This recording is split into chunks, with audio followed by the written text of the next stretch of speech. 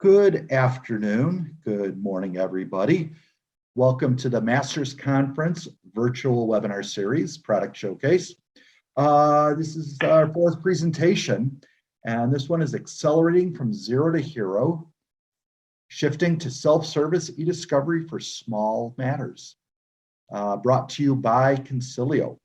My name is Bruce Malter. I'm one of the directors of the Masters Conference and a legal technology consultant.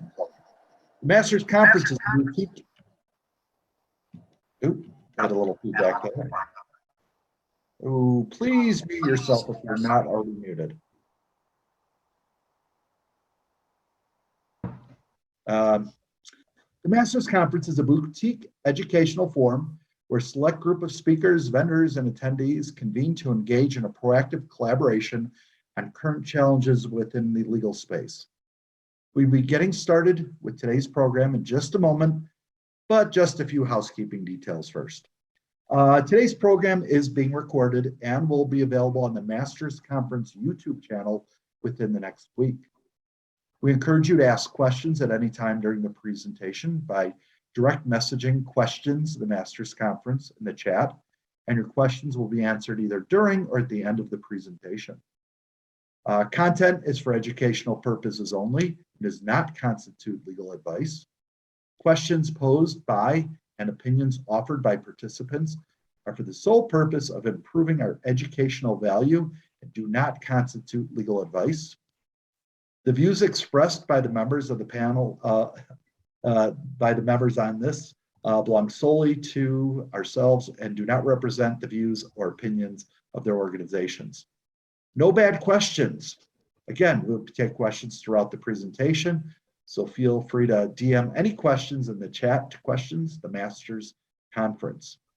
Now on to our program. I would like to introduce Peter Feinberg of Consilio.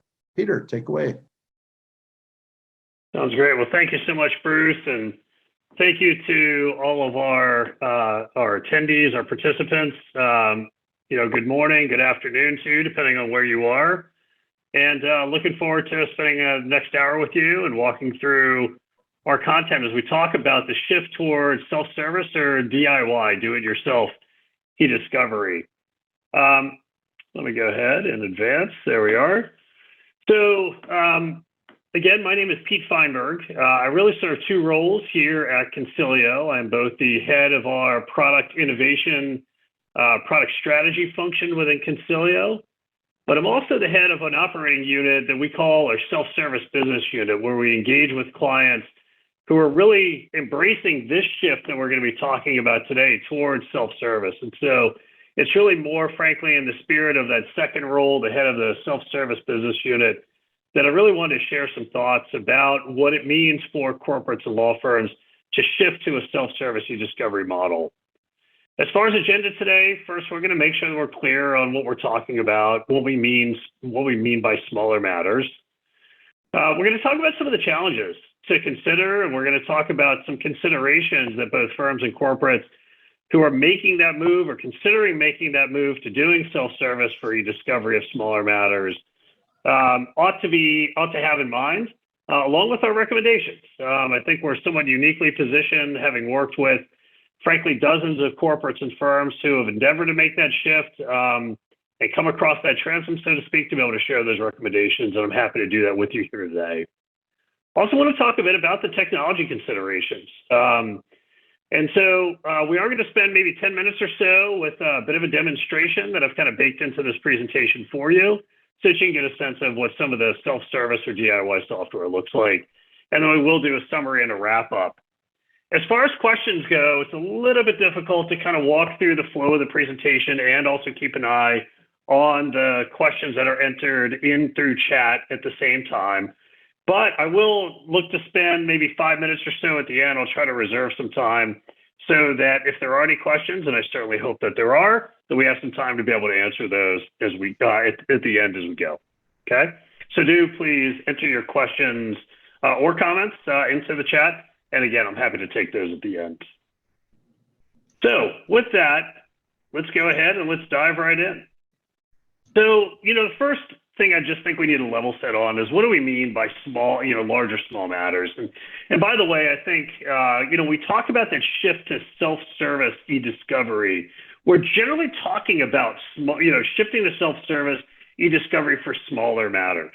Why? Well, that makes natural sense. Larger matters have more complex workflows. There's more people involved. Typically, there's more complex workflows are going to need or require a level of project management support. There may be, more and differing and varied types of data sources that are collected that may require, more involvement by an eDiscovery services provider, et cetera. And so typically what we see when we talk to, again, firms or corporates that have an interest in some level of self-service, generally speaking, that interest to move to self-service is on the smaller matter end of the spectrum.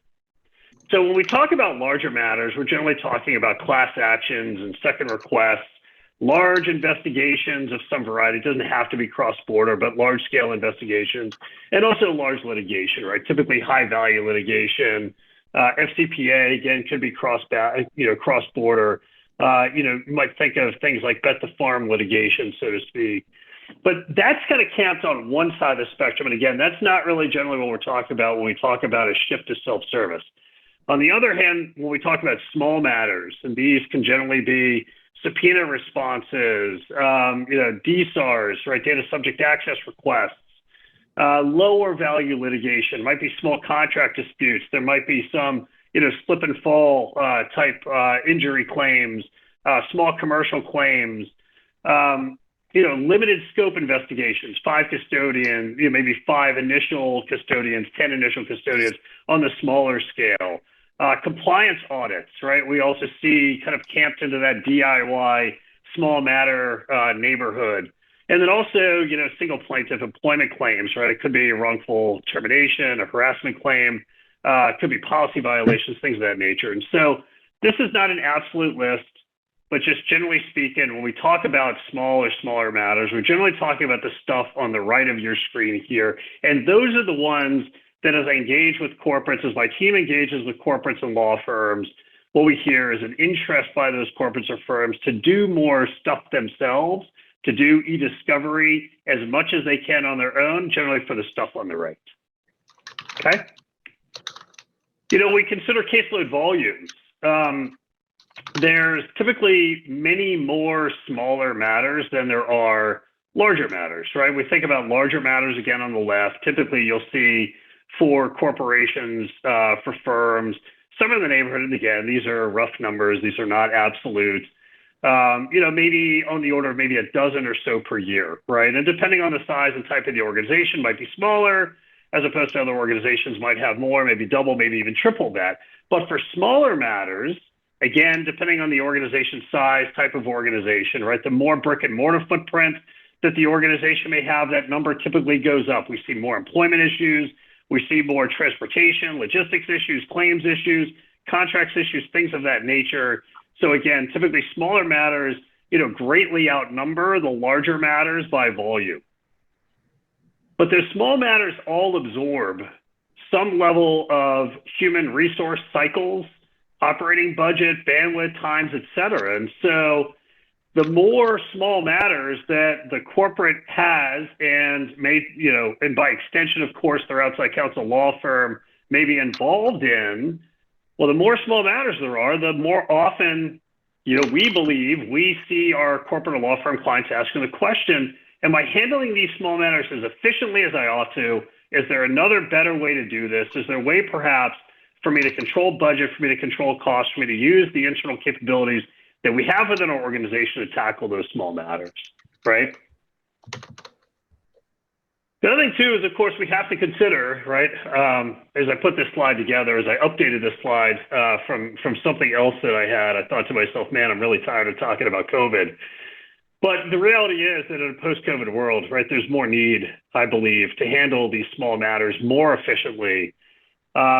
And of course, that accelerates or exacerbates or amplifies the challenges in picking the right solution for the form of the corporate. And so, of course, in a post-COVID world, there's all kinds of budgetary pressures on the corporate top line and bottom line, right? That does trickle down, of course, so the corporate legal department. Interestingly, on that point, and I'm going to change over to my browser for a very quick moment. I saw this article on Legal Tech News cross my desk today, talking about legal department's budgets, weathering supply chain hurdles, et cetera. And right there in the first paragraph that I've highlighted, right, there's a comment here by Victoria Hudgens, the reporter, right, saying in the mid to long run, expensive personnel may actually encourage more corporate legal departments to leverage technology, right, which again just kind of reinforces what we're talking about here. So those budgetary pressures are felt by the corporate legal team, and it does drive the corporate legal team to say, hey, how can I be more efficient with the resources and cycles that I have? We also know that certain types of matters are expected to increase in a post-COVID world, right? Employment issues, contract disputes, right? As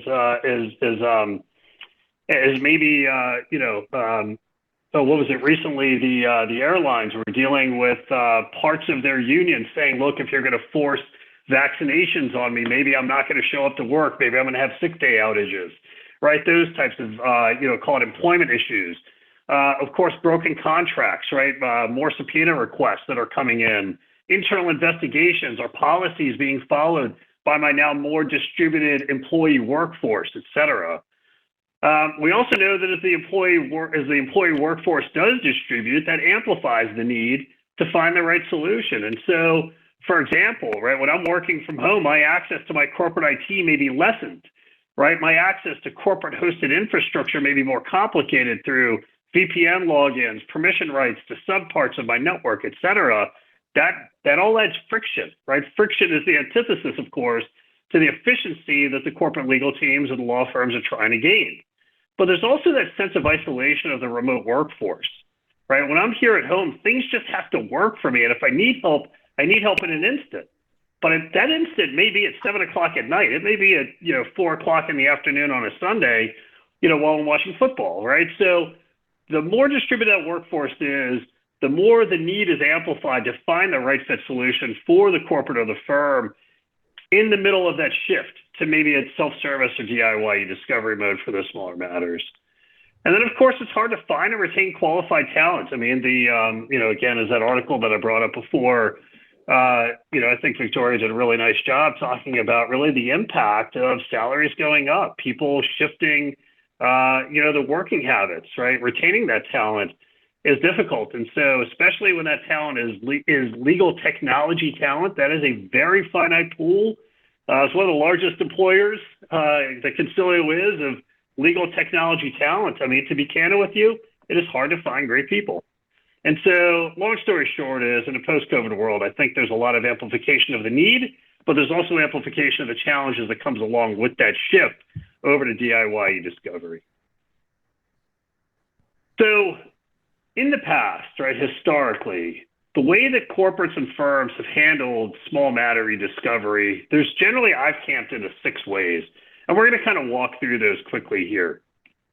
So, but the reality is, when you look at these kind of 6 ways that these small matters have been addressed by the corporate or the firm, each of them have their challenges and inefficiencies. And that's really what I want to illuminate, because I think it's those challenges, those core historic problems that have led those corporates and firms to shift over to and create part of this swell that we're seeing in the market overall toward DIY for smaller matters. And so the first is, candidly, we still do talk to a number of, corporates and firms.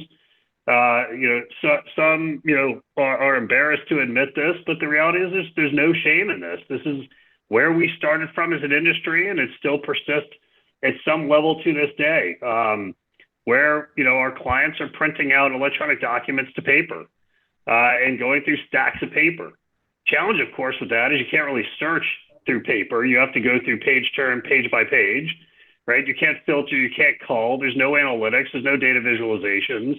It takes a lot of time to print those documents. Paper is not cheap, right? If you're printing in high volumes, right? Redaction is manual. Producing those documents is often difficult. There's logistical challenges, right? My stacks of paper sit in my office at work, maybe not at home where I want to do that work.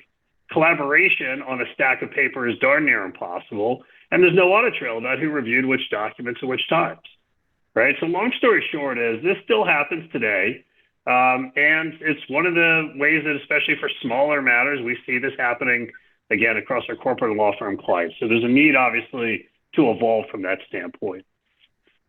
Number two is we do see sometimes data is collected from Exchange servers, Office 365. It's extracted out to PSTs, but those PSTs are then subsequently loaded onto maybe an offline Exchange server that the legal team or the investigators may have access to, and the attorneys are doing the review in Microsoft Outlook. And there's challenges with that, right? There's limited searching, right? The images aren't searched, the search syntax is limited, there's no analytics, there's no data visualizations. Again, there's a dependency here on the IT or legal operations folks to stage data in that offline Exchange server. Collaboration is difficult. There's long prep time, again, to print those documents, redact those documents, which don't happen in Microsoft Outlook. To produce those documents oftentimes happens with a desktop license of Adobe. So you've got resource issues, again, no audit trails. And then you also have some level of data exfoliation, right? We've certainly heard enough stories where people have done this, but a particular email, when it's opened by an attorney, triggers a read receipt, right? That may actually go to one of the custodians who's under investigation. So, hopefully that doesn't happen because of proper infrastructure set up. But the truth is, even with this method, there are tons of historic challenges and points of inefficiency that are leading, again, the corporates or firms to look for a better DIY approach.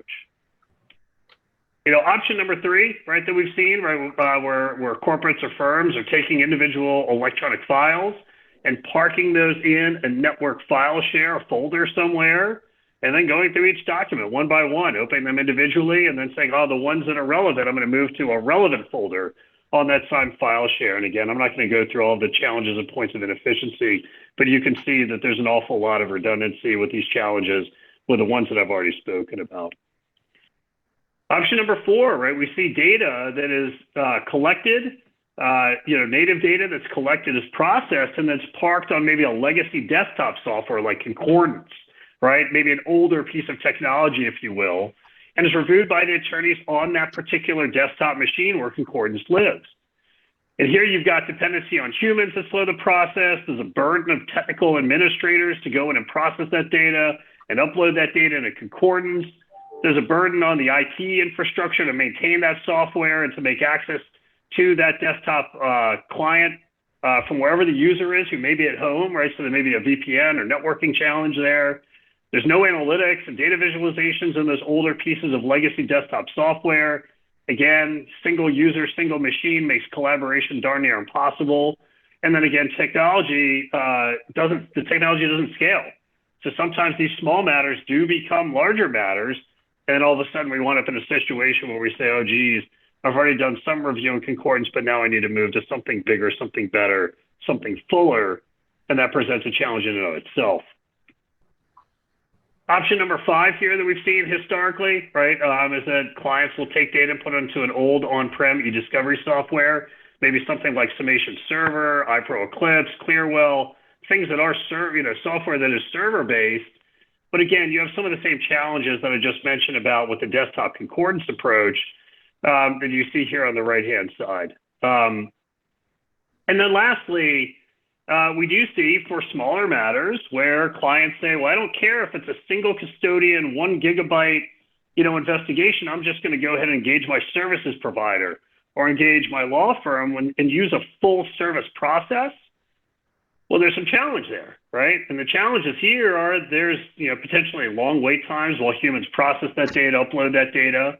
It could overburden the technical resources, whether in law firm lit support or with a services provider who's maybe geared to work on larger matters, so to speak, with those same bodies, those same resource cycles, right? And so now potentially that small matter is standing in the way of a larger, maybe call it bet the farm litigation matter, and so that becomes challenging. But as soon as humans get this involved, then the costs can quickly spiral and become disproportionate, right? Processing data, uploading data, running searches, batching documents, producing documents, if that's all done by expensive and hard to find human cycles, then you're going to see costs. You're going to see invoices that start to escalate and maybe disproportionate with really what we're trying to do here, which is maybe a quick look, an early read of risk or exposure, et cetera. And then you also have that cost unpredictability right up front. When you know, corporates or law firms are taking this approach, they often get surprised and they say, well, look, this is a tiny little matter, but now I'm staring at an invoice that's $6,000. How did it become $6,000? I didn't know that up front. Okay. And then also when you get, you know, when things go to a, you know, call it an external professional who's managing that process on your behalf, well, ultimately the attorneys can start to feel disconnected from the process and perhaps lose control of the process inadvertently. This is certainly not by design. And it's certainly at Consilio, we do have some processes and controls in place to make sure this doesn't happen, but invariably it does happen. And so that's where, again, you know, there's efficiencies, there's challenges with handling these small matters, almost irrespective of any of these 6 different profiled approaches that we've seen, that we've heard from our clients historically. Okay. So then the question becomes, within the corporate of the firm, can my organization handle smaller matters ourselves, right? We have smart people, we have technically proficient people, we have experienced people who've been in eDiscovery for years. Why can't we do some of the eDiscovery work ourselves on these smaller matters? And so as part of that question, this is really the meat of what I want to talk about with you here today is there are considerations that go along with making that shift to self-service. And so I want to walk through those 5 considerations along with my recommendations, again, as my team, my operations team, and the self-service business unit work with clients and firms that have made that shift, things for you to think about and be aware of upfront. So these are the 5 questions that we're going to tackle here. Question number 1 is, can we do this ourselves, right? Number 2 is, what responsibilities will my organization take on if we shift to do-it-yourself eDiscovery for these smaller matters? Number 3 is, you know, can we get the help if and when we need it? What form is that help going to take? You know, when that help comes to us, what form is that help going to be in? Cost, right? Is it cheaper and is that cost predictable? Question number 4 is a biggie, of course. And number 5 is, what are our technology or partner options, and how do we pick the right one? If we're going to make this shift and we're going to cross that transom, how do we make sure that we have these questions, these primary 5 questions answered? So let's go through those one by one. So number 1 is, you know, can my organization do this on our own? And I would generally say, again, having worked with a number of different corporates and firms, you know, it's our experience. The answer is yes, right? A lot of corporates and firms do have the ability to do this on their own, but if, and only if, the team has enough technically proficient administrators, right? And this is one of the areas that certainly we see that, well, maybe my paralegals aren't as technically proficient as maybe I think they are. Maybe they're more proficient than the attorneys and the case teams themselves, but maybe they're not so technically proficient to be able to process data, run that searching, do those productions, et cetera. But not only does the organization need technically proficient admins, right, at a certain level of technical depth, but those admins have to be available. Sometimes we have, you know, let's say we have 2 paralegals and they're super technically proficient, but those folks are so darn busy. They're already working 80-hour weeks. They don't have the bandwidth to actually be available to support the attorneys who are trying to get to shift to be more self-service, okay? So the question is, can the admins carve out enough time also, in addition to supporting the attorneys, do the admins have enough time to carve out time aside to learn a new technology and a new process? And then lastly, right, you know, yes, this is more doable if, to the extent the organization picks the right partner who can provide the technical support and the training support and the overflow services that may be needed by the corporate or the firm when the corporate or firm's own capabilities are tapped, okay? And so a couple of recommendations here on the right-hand side, right? I believe that, you know, when I engage with corporates or firms who are considering moving to self-service, my guidance is you're going to need probably between 2 and 5, call it central technical administrators with sufficient depth and with availability. You don't just want one, you're going to want a couple, because that one may be on vacation, right? May be dealing with the flu, whatever. So you're going to want a couple. If you can have 3, that's better. If you can have 4, that's better than 3, right? So 2 to 5 is, generally speaking, call it the magic number.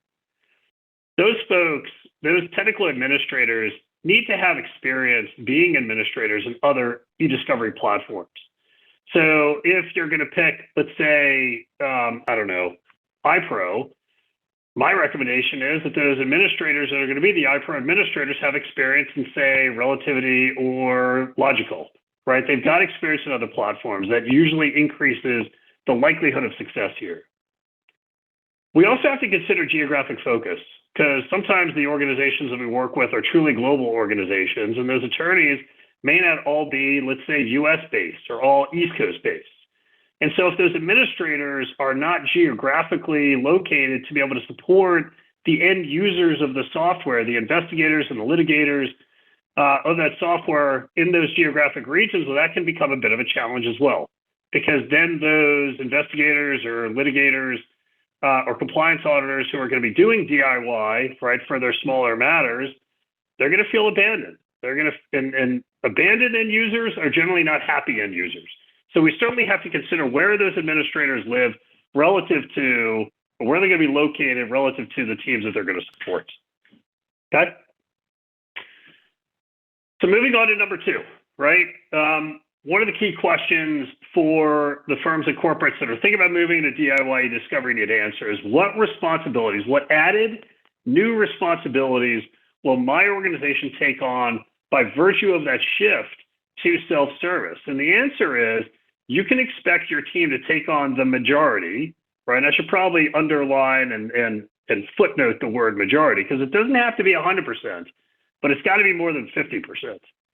But your teams can expect to take on the majority of data processing, right? Hopefully there's a simple interface in the chosen technology to do that.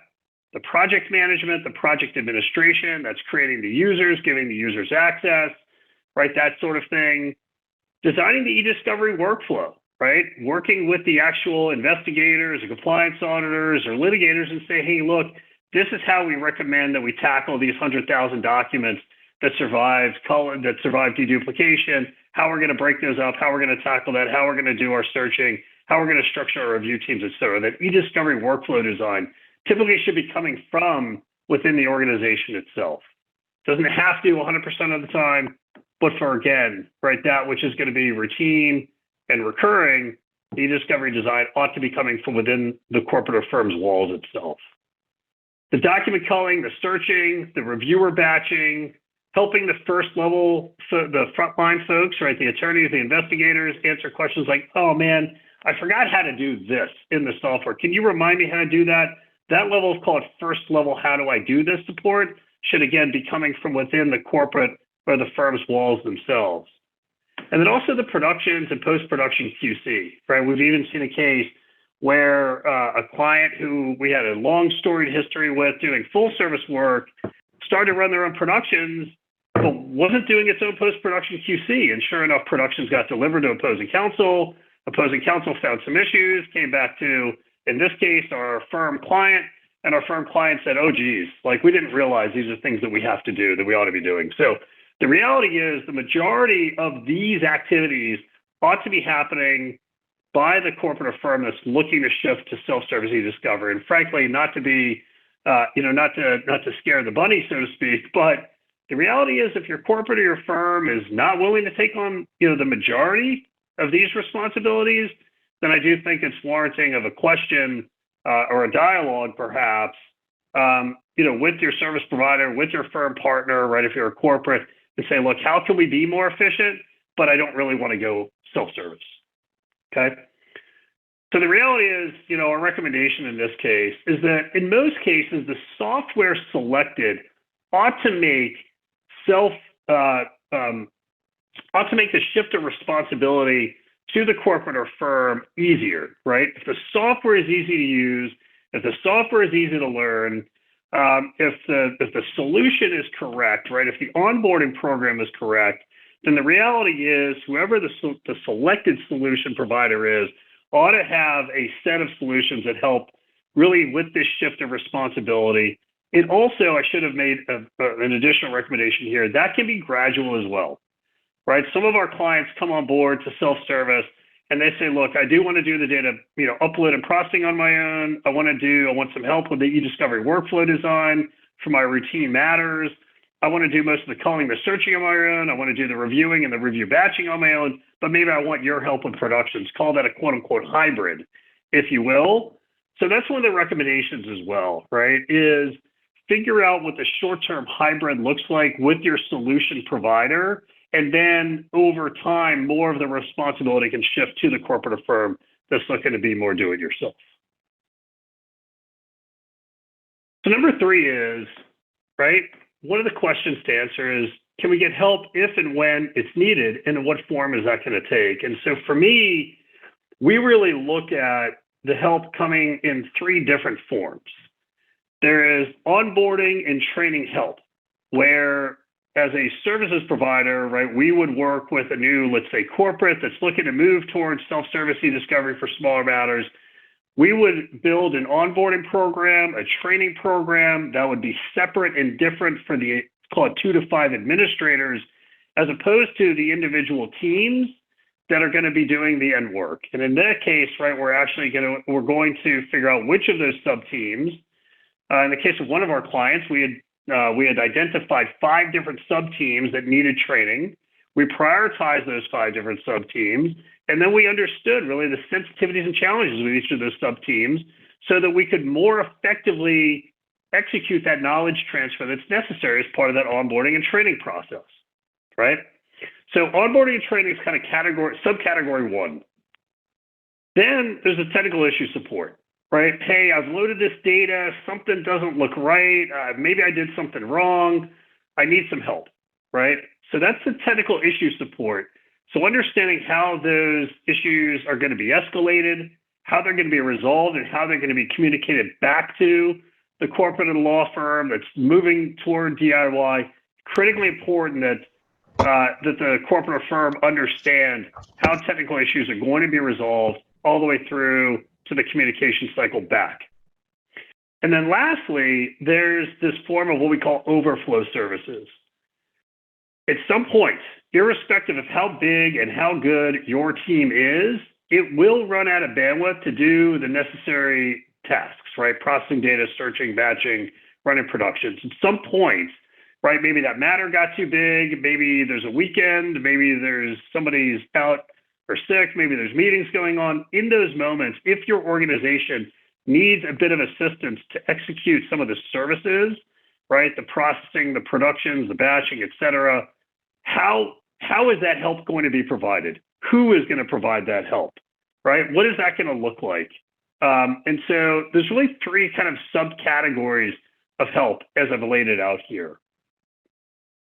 And so our recommendation here is to do what we call a 90-day proof of concept with whoever your chosen or potentially chosen solutions provider is, so that you can not only sample the software and make sure that it is truly ready for DIY, as I talked about on the last slide, but also this is an opportunity, doing a full, call it 90-day proof of concept, not just a single matter, but maybe 5 matters, maybe 10 matters, right? Over the course of an extended period of time, to really assess and measure your selected partner's effectiveness at support in these 3 subcategories: onboarding, training, technical issue support, and overflow services. Okay? Strong recommendation, right? Don't pass on that 90-day proof of concept. Okay? Number 4 is, right, is it going to be less expensive, right, to my alternatives, and is cost going to be predictable? So here, my recommendations are, right, that as an organization is considering that shift to self-service, you should again insist on that no cost to you, 90-day proof of concept to test the solution on your partner's dime. They should be ready and able to prove to you that they're able to do, again, the support, the technology is right, but also that it is in fact going to be less expensive for you. Help you prove that business case to your organization. Your service provider, your solutions provider should have the option to either go with a usage-based agreement, which is no commitment, right? If I put in a gigabyte of data, this is what it's going to cost. If I put in a user, this is what it's going to cost. That's a usage-based agreement, as well as subscription agreements, right? And the point being, with those two different types of agreements, that will let you ramp up without overpaying, right? Because you're going to do usage based on 1 matter, on 2 matters, on 3, 5, 10, et cetera. You get to 20, at some point in time, you're going to want to shift over probably to subscription agreement where the total net cost outlay is going to be lower. But this way, you're not ramping up, doing that ramp up period and overpaying through the ramp up period. It also is going to help you understand your actual usage within the organization, which gives you negotiating leverage when you negotiate for a subscription agreement that's going to convey a certain amount of usage, right? Seats, process gigabytes, hosting gigabytes, et cetera, okay? And so that usage-based approach that transitions into a subscription-based approach also lets you keep that flexibility if you need to make a change. You also need to have complete clarity on how the billing and invoice reporting is going to work upfront, right? And it's interesting. I've talked to a number of clients that have already done DIY eDiscovery with one provider, but they're really unhappy because the invoices come in a certain way, the invoicing terms are set a certain way, and the answer is, well, I didn't know, and now I'm looking for another provider. You really don't want to be in that situation. So again, that 90-day period, the proof of concept period, should be inclusive of that billing and invoicing and invoice reporting cycle so you can experience all of it and know that you're making the right decision from the get-go. Okay? I think we covered all these recommendations through that. So let's go on to the fifth, right? The fifth consideration here is, what are our technology options and how do I pick? And they, call it fortunate or unfortunate reality, depending on how you look at it, is there's a lot of choices out there. Right? You've got some solutions out there that were, call it original eDiscovery tools, right? Maybe built somewhere around 2006, 2007, that are trying to become more modern, right? I think of Clearwell, right, is one of those that fits in this camp for me. And then you've got some softwares that are called crossover, right? That were built somewhere around 2010, 2011, that are maybe more modern than the original ones, but are still perhaps maybe a patchwork of different interfaces, maybe aren't fully self-service and that they're not super easy to use, they're a little clunky, et cetera.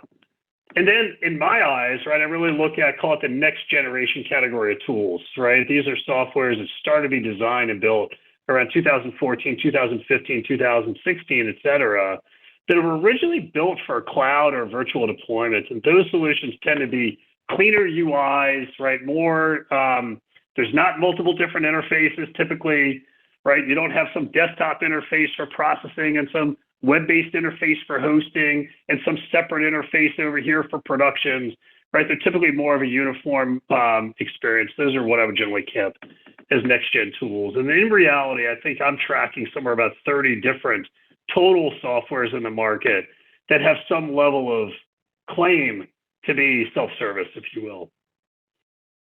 You also have a couple different hosting options, right? You could host behind your firewall. You could host in the public cloud, right? Amazon Web Services or Azure, or you could host in a private cloud infrastructure. But of course, there's considerations with each and all of those.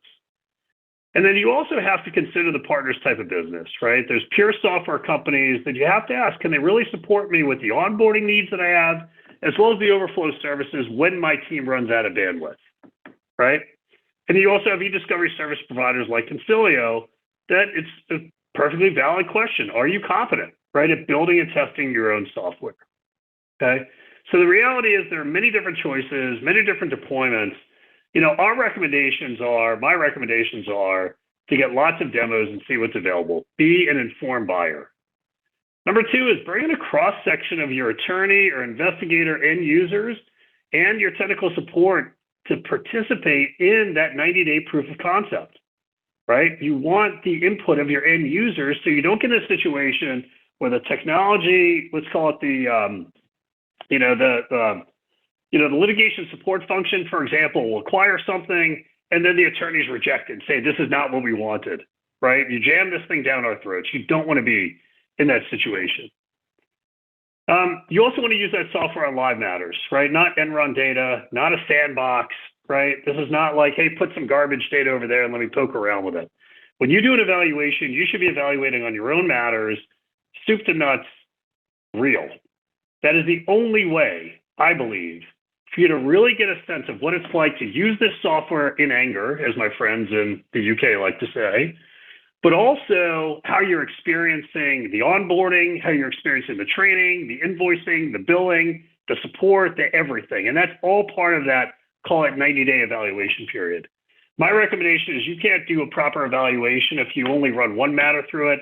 So run at least 3 matters, and if you could do 5, and if you could do 10, even better. And lastly, my recommendation here is pick the partner, not just the technology. I've talked to a number of clients who have said, man, we love that software. It just shined in a demo, right? But at the end of the day, they're not the right partner. They don't have the right terms.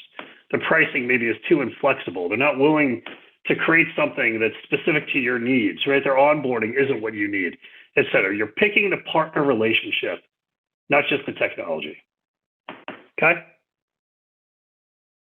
So with that, right, we got about 18 minutes left here. I want to save about 5 minutes for some questions and answers. And I can see there's a couple of chats that are entered. Thank you for that.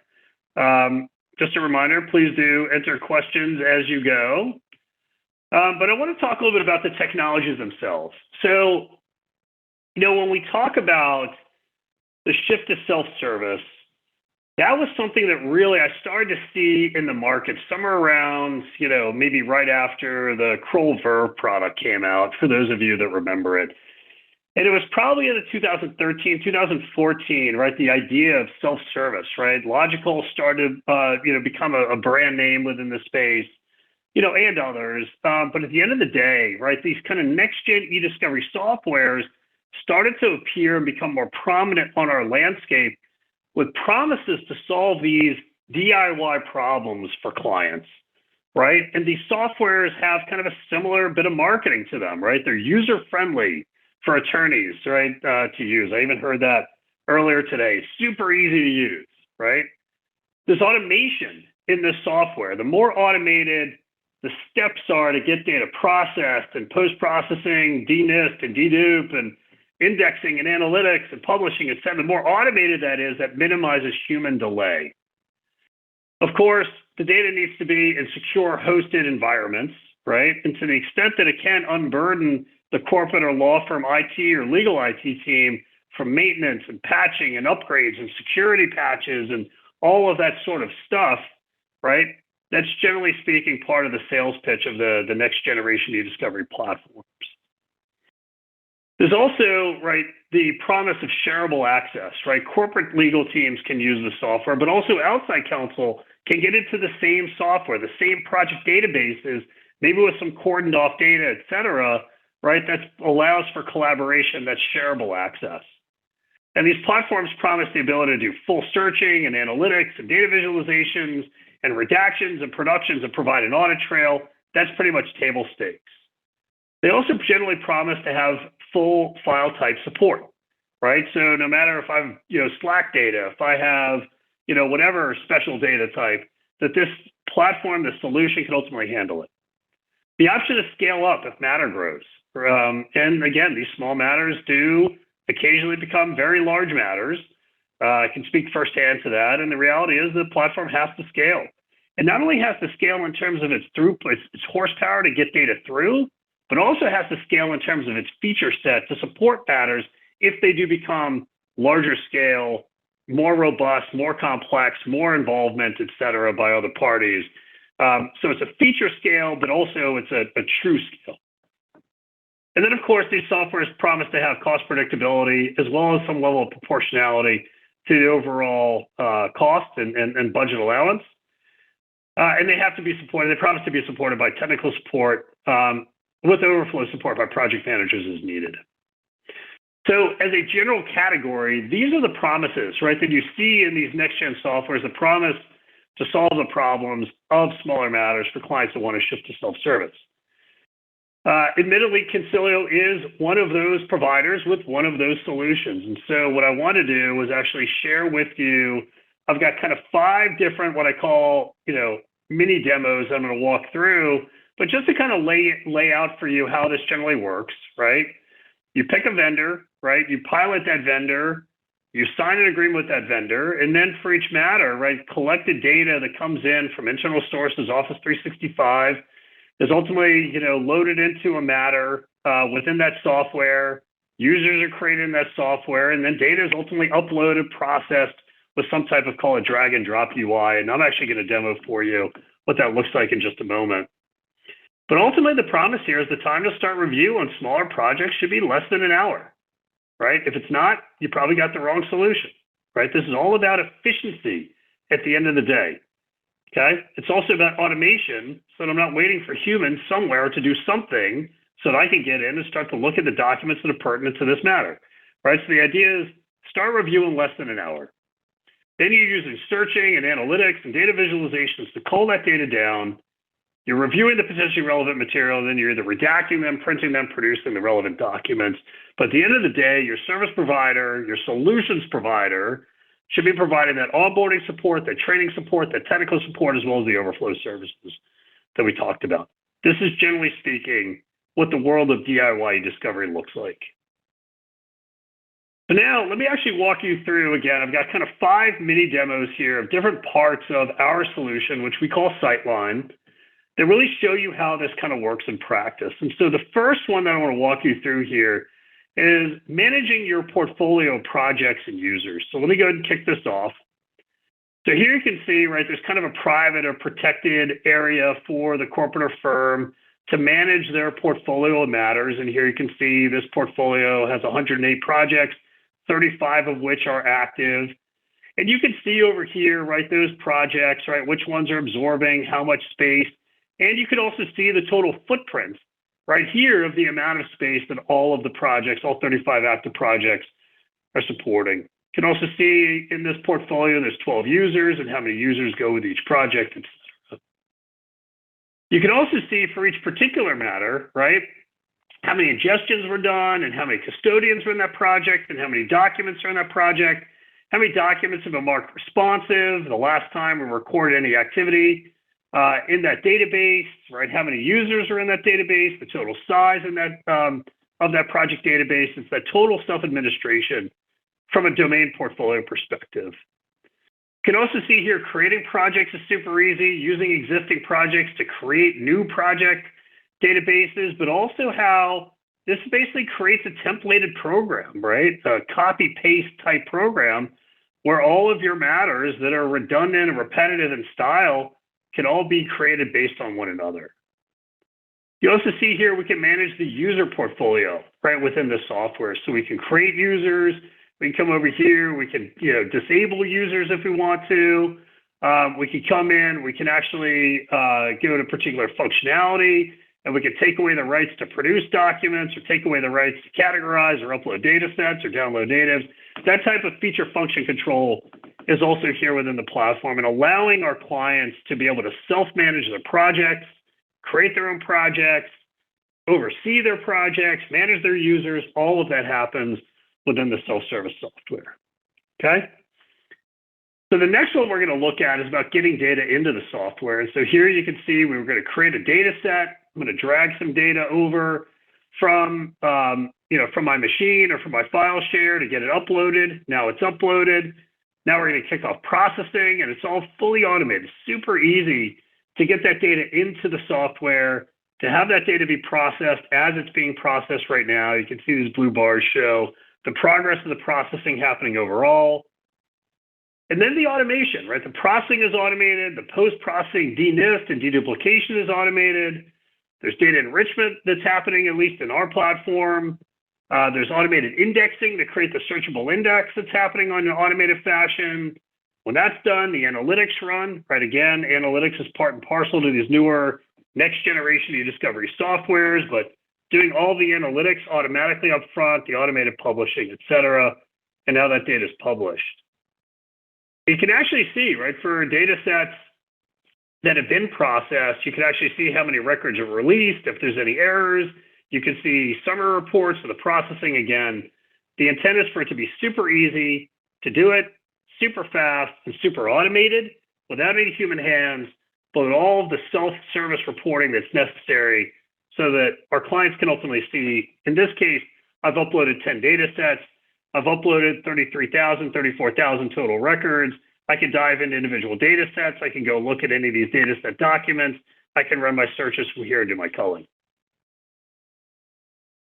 The next kind of demo I want to show is around actually culling the corpus, right? And so this is one of the many kind of culling utilities that we have within Sightline. But basically, I can start by coming in here and picking, documents that are loaded as part of a data set. Here you can see I've got, a total of 8 records that were loaded as part of this data set in this folder path. I can come in, I can do a quick preview of my documents and see what my documents look like, right? I can even do some coding if I want to. I can also then come in here and select documents, right, that I've filtered, that I've called down, and I can go ahead and I can tag or untag those documents. I can batch those documents out for review. In this case, I'm just going to tag them. But for larger data sets, right, in this case, I've got, let's say I've selected a total of, about 24,000 records. Now I can come in, I can do filtering by dates or by email authors or by recipients or by domains. Right here, you can see that's what I'm doing. I'm adding to my filter. Now I'm down, right? I've got to go from 24,000 records. Then I apply my filter. I can come in, I could do, different searches if I want to find the records that I want. But super easy to select the records you care about from the custodians you care about and the folders you care about, and the date range you care about, and with email recipients you care about, et cetera, to find those documents, to call those down. This is one of the easy ways that this happens within the Sightline platform. And then from there, I can use the action menu to batch those documents out for review, to folder them, et cetera. So the next demo is actually around, reviewing the documents. And so here you can see right within Sightline, if I look at my review rate trend report, so far we've reviewed 19 documents so far in this day. But I can scroll down and actually see my assignments. So here I've got this morning search hits assignment with 24% complete in that assignment. 19 of my documents are done. 60 of my documents are left to do. So I can now come into the assignment, see my document list right here. I can see my search hit highlighting, right? Why the document is even in the assignment in the first place. I can start to go through. By the way, you'll notice, right, this is super clean, super modern, right, to be able to resize, to make more space. That's always good. Well, I'm going to mark documents, in this case, privileged, right? You can see it exposes the second menu. I'll mark, this is attorney-client privilege. I'll mark it complete. That marks that document complete, goes to the next document in sequence, which I'll just say code same as the last document. I'll do that for a couple more documents here. I'll code this as the last document, right, et cetera. I'll mark this one, responsive, privileged. And you also notice, right, there's coding validations. If I don't mark for, why this document is marked privileged, it's actually going to throw an error and say, hey, wait a minute, you must determine why the document's privileged and make one of those selections. Now I can mark it complete. Okay. Now I'll mark a couple more documents here, just code same as last. I'll code same as last again, et cetera, just to code a couple of documents here. So you can see, again, what it's like to kind of get through those documents quickly and review. And now when I come back over here, you'll see I went from 19 up to 26 documents that are coded complete so far today. I'm now at 32%, up from 24%. I'm at 26 documents in my batch complete, up from the original 19. Okay? And that's kind of what the coding experience feels like within these softwares. Last one I'm going to show you here quickly is just how to produce, how to pick up a production. So in this case, this is the productions module. In Sightline, we've already run this sample production 1 with 77 documents generated. And then over here on the right-hand side, I'm going to go to download. And when I go to download, you can see Sightline actually generates a URL where I can pick up my production. So you can actually give that URL to opposing counsel along with this password right here, which is generated by the system, which is good for, let's say a configured number of maybe 2 weeks. And now I can download that production, which is being downloaded right down here. When that production's done, you can see I can come over here and here's my DAT, my natives, and my text and my TIFFs. And I can actually dive in and take a look at some of my produced images, my produced natives, produced text, et cetera, right? So I can go into my folder structure and go and pick up and see the production. But ultimately, at the end of the day, right, instead of FTP, right, there's a really quick and easy way for these softwares to say, I've done a production, let me just give these links to opposing counsel so they can go and pick up the production with at the URL with the custom password that I've created. Okay. So just to wrap up then, right, some summary thoughts here, and then we'll go into some of the questions. Right now that you've kind of gotten a sense and a flavor for the software, right? Handling small matters efficiently is absolutely more efficiently than historically has been happening is absolutely possible, right? We've seen a number of our clients in this, the 0 to hero is something that one of my clients said to me and kind of stuck with me, right? It used to be the 0, now I'm the hero, is what he said. And so it kind of stuck with me. It's absolutely possible.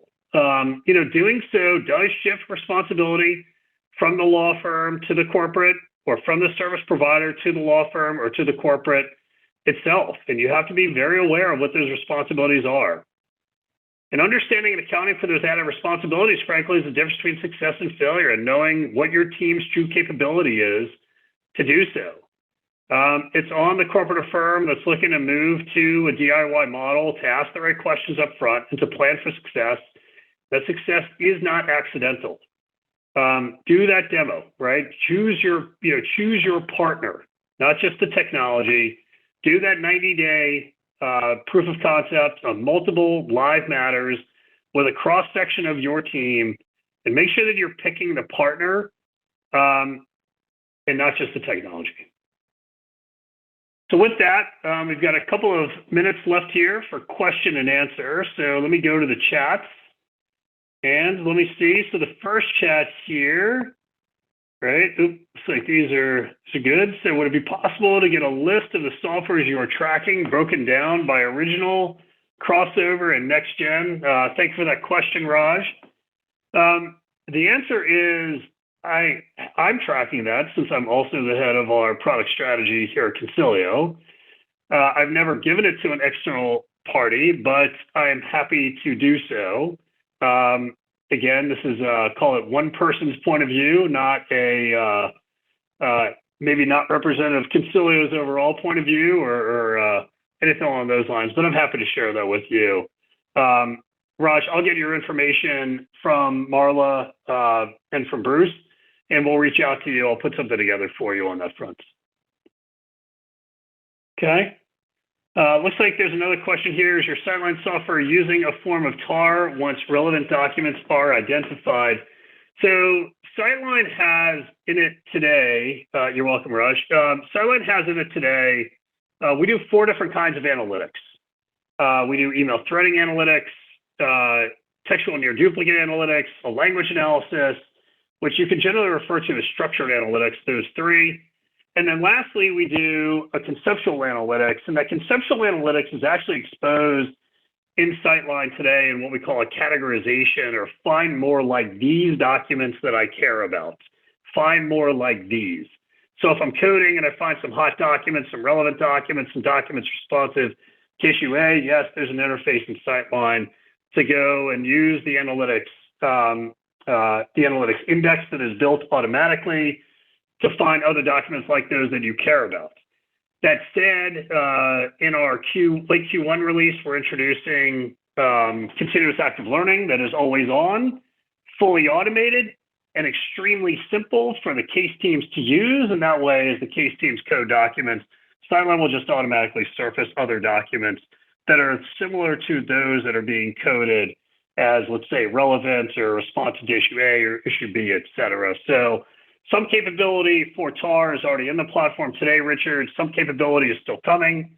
But at the end of the day, what's super important for DIY eDiscovery for smaller matters is to enable the attorneys and the investigators to use it without them having to think about it. And that is an extremely high bar from a product development standpoint, that when we design something, we're designing something for the layperson to be able to use, so that they don't have to get a higher level analytics black belt expert or administrator involved, et cetera. Certainly those folks can be trained and can be involved and can make some configuration changes, but the idea is it has to work out of the box every single time, fully automated, always on, and super, super simple. And so that's been a super high bar, and something that candidly has taken us a while to kind of get our arms around how we want to expose it.